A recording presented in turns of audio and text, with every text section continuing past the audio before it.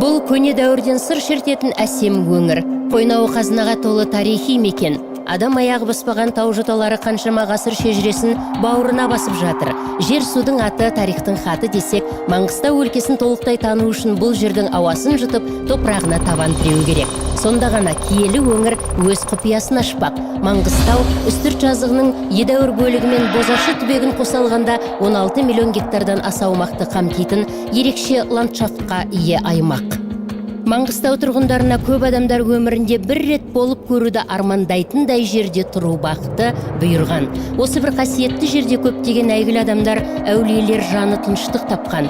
Сіздерге бақытты өмір жолына бағдар берсін деп елбасы Нұрсұлтан Назарбаев баға берген киелі мекенге қош келдіңіздер.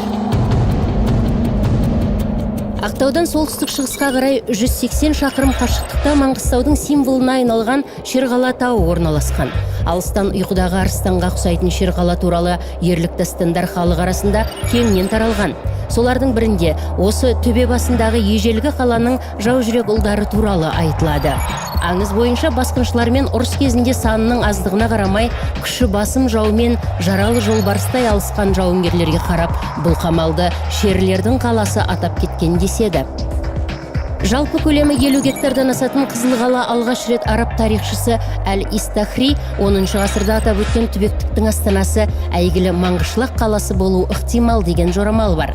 Қабырғаларының биіктігі 4 метрге дейін сақталған квадрат тәрізді қорған Маңғыстаудың форпосты болып, келетін керуендердің қауіпсіздігін қамтамасыз ету үшін салынған. Ұлы жібек жолы бойында орталық Азия мен Шығыс Европаны байланыстырған кетік қала. 14 ғасырдың қайталанбас бірегей тарихи мәдени сауда портты қаласы Каспий арал өңірінің маңызды географиялық нүктесінде орналасқан. Қазіргі ғалымдардың пікірінше су астында археологиялық ескерткіштер бар болуы мүмкін.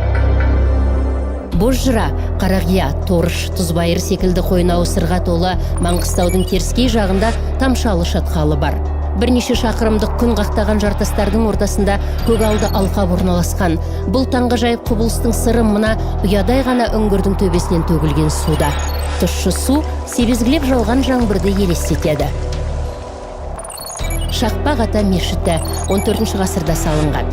Мешіт өзара айқасқан 4 бөліктен құралған, ал қабырғалары тылсым сырға толы бейнелермен бедерленген. Мешіт орналасқан жартастың етегінде ежелгі қорымның іздері анық сақталған. Бұл жерлеу орындарының тарихы шамамен орта ғасырдан бастау алады. Тарихи деректер Шопан атаның немересі Шақпақ ата Қожа Ахмет Яссауидің ілімін ұстанған шәкірті және Маңғыстаудағы әулиелердің бір екенін дәлелдейді. Жер асты мешіті бірегей сәулет өнерінің ерекше құрылымы, қабырғаларындағы сақталған эпиграфиканың мазмұны сан ғасырларды қамтиды. Сейсем ата қорымы Маңғыстауды мекендеген игі жақсылар жерленген ескерткіш пантеон үстіртте орналасқан. Бұл көшпелі халықтың сәулет өнері мен салт дәстүрінен дүние танымынан мол мағлұмат беретін қорым. Мединеде Мұхаммед, Түркістанда Қожа Ахмет, Маңғыстауда Пірбекет. 18 ғасырдың ағартушысы, сәулетші әрі батыры Әулие Бекет атаның ерекше қасиеттеріне мұсылмандар риясыз сенеді. Биік жартасқа қашалып салынған Оғландыдағы мешіті біртіндеп тереңдей береді. Жер астындағы ғибадат орнына тәу өтуге келетіндердің қарасы қалың. Ел аузында Бекет атаның атын ауызға алудың өзі бәле жаладан қорғауы, осы мешітте жасаған құлшылықтың ғажайып қасиеті туралы аңыздар қалған. Әр дәуірде Каспийдің жағасында өмір сүрген әр халық бұл теңізді өзінше атаған. Көкше теңіз, Ақ теңіз, Гиркан теңіз, Қазар теңізі сияқты атаулардың бәрі кәрі Каспийге тиесілі. Бұл өңірде тұмсығын теңізге тіреген мүйістер жетіп артылғанымен, борлы мүйіс ерекше көзге түседі. Дәл осы жартасты ұнатқан бабаларымыз үстіне ақ тастан қала тұрғызып Ақтау деп атайды. Маңғыстау құттарып береке қонған мекен. Қарт Каспийдің жағалауындағы ақжарқын мінезді халық сіздерді құшақ жая қарсы алуға дайын. Маңғыстауға қош келдіңіздер.